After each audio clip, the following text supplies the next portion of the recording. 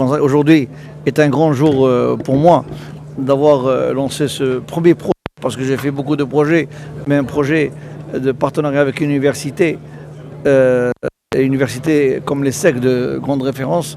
Vous ne pouvez pas imaginer ce que je ressens aujourd'hui.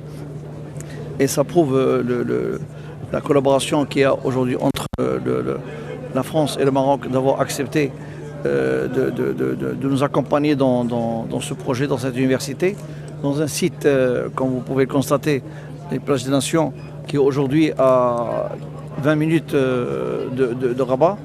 Et notre objectif, c'est de rendre ce lieu comme, comme résidence principale.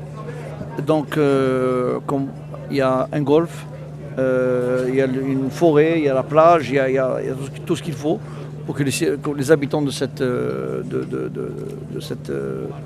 disons, Plage des Nations soient heureux. Et ce qui manquait, c'était une université.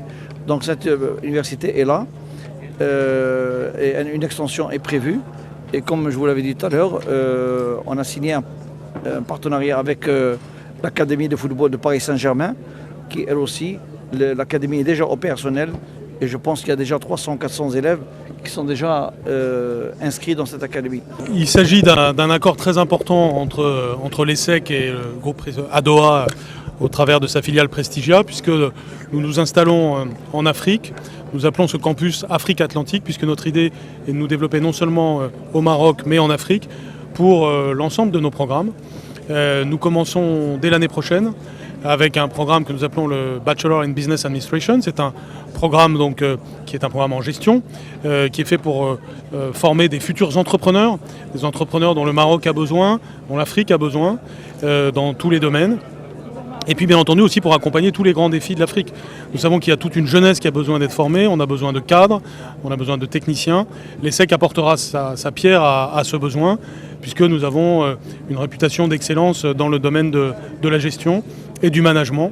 Il y a un certain nombre de sujets, par exemple les grandes questions urbaines, les questions de gestion des infrastructures, les questions d'éducation, les questions de santé qui nécessitent des compétences. Et avec nos partenaires marocains, eh bien, nous avons l'intention donc de mener cette politique de formation au service des étudiants.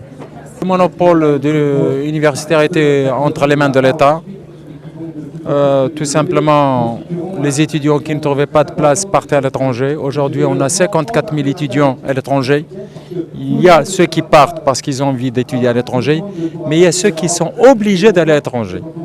Et sur les 54 000 qui sont à l'étranger, 34 000 à peu près sont en France, et moins de 20 000 sont distribués surtout dans les pays de l'Est.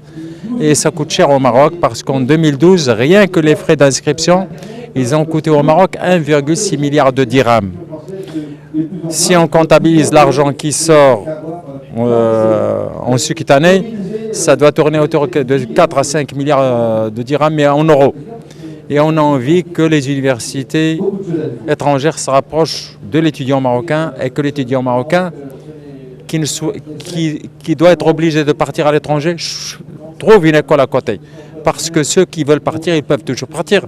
Mais ceux qui sont obligés de partir, ils ne doivent plus être obligés de partir. Donc c'est à nous de leur créer les conditions pour attirer ces grandes écoles du genre de l'ESSEC, École centrale de Paris, le réseau INSA. Ils sont maintenant au Maroc. Il y a Valenciennes au niveau des Tétouans pour la logistique.